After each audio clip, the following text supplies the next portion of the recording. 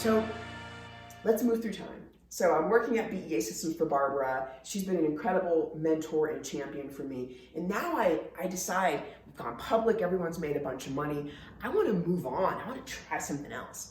I decided I want to start a company called the Phelon Group, which is a consulting company using multivariate analytics. And so I had all these great ideas, and I'd done some of this work back at BEA.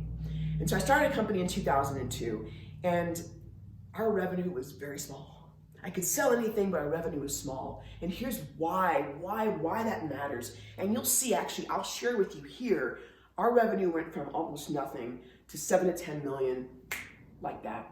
Here's how. A couple lessons, 3 lessons. Number one, when we started that company, I gotta tell you guys, I was a solo shop. It was me plus a lot of other people who were executing and delivering. We were selling services to the largest companies in the world, Adobe, Boeing, Autodesk, EDS, all the biggest companies in the world, Bank of New York Mellon. We had incredible clients. Hewlett Packard, IBM, all of our incredible clients. But you know what? I was selling and delivering on the work. 3 things came out of that experience. Not only did we figure out how to build a profitable, profit-first, highly growing, scalable, triple-digit growth organization, I learned, number one, if you don't have a partner when you're building a business, you are going to take longer to get there. And so between my first and second year at the company, I realized I need a business partner. And so Diana, who we talked about earlier, connected me with a gentleman named Stephen Nix, and we became partners. And I'll talk about that a little bit in a second. But he had been a successful, highly successful consultant for one of the largest consulting firms in the world. So he knew how to go from idea and sales pitch and RFP to a realized product that was actually going to add value to customers.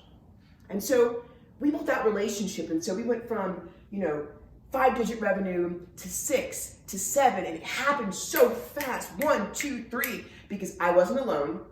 And someone who was my internal manager leader was my best and biggest supporter, and I was his. So I went out, I sold, that was my unique ability, and his was standing inside and on behalf of the customer, delivering value and ensuring that the operations were managed well, number one.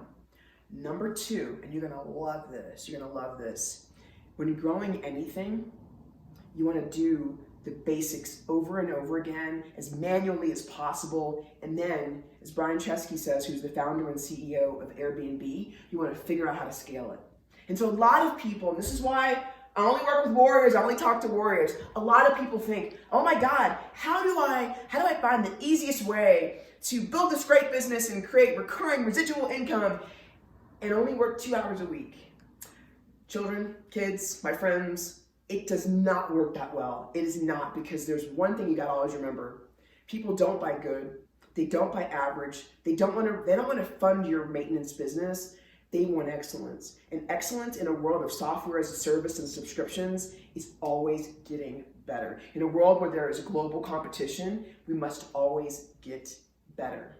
And so the second thing that we learned from that experience is productization of everything, and scale and optimization is key. So I'll talk later about unit economics and how to productize what you're doing. But at its core, the Phelon Group offered this incredible service, but then we realized if every single engagement, every time we touched a customer was bespoke, we actually didn't scale. And so everything was unique. And so would you rather have a home of a bunch of unique things, or would you rather take the core of what the value is and ensure that every customer understands it during the sale process, gets that delivered, and that there's success in the end? And so the second thing we learned was productize it after you've optimized it, and before you've optimized it, get your hands in, just understand. One of the things that I've become really fascinated with is the idea that when you're starting a company, you start with the basics and you do them over and over again. I've stayed in multiple hotels, so have you. And recently I've stayed in a lot of short-term rentals. And you can tell the difference between someone who owns that short-term rental and has stayed there and someone who hasn't. And if you have the equivalent in your business, you gotta do it. So at the Phelon Group, Stephen actually used our processes and practices and products on our company.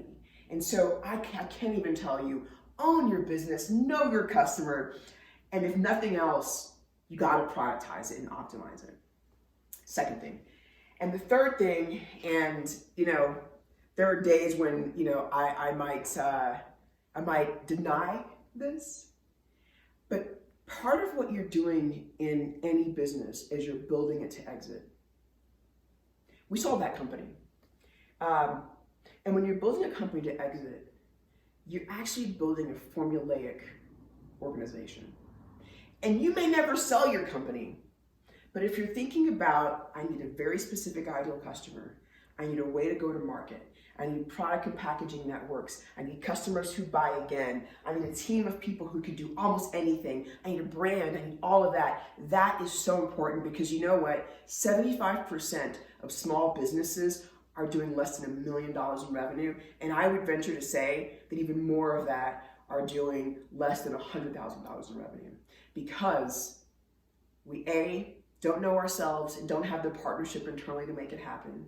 Number two, everything is a unique game. Every customer who comes to the door, every prospect is when we want to go after, which isn't true. And third, we're not building our businesses understanding what it takes to scale and make those businesses operate and function without us and after us.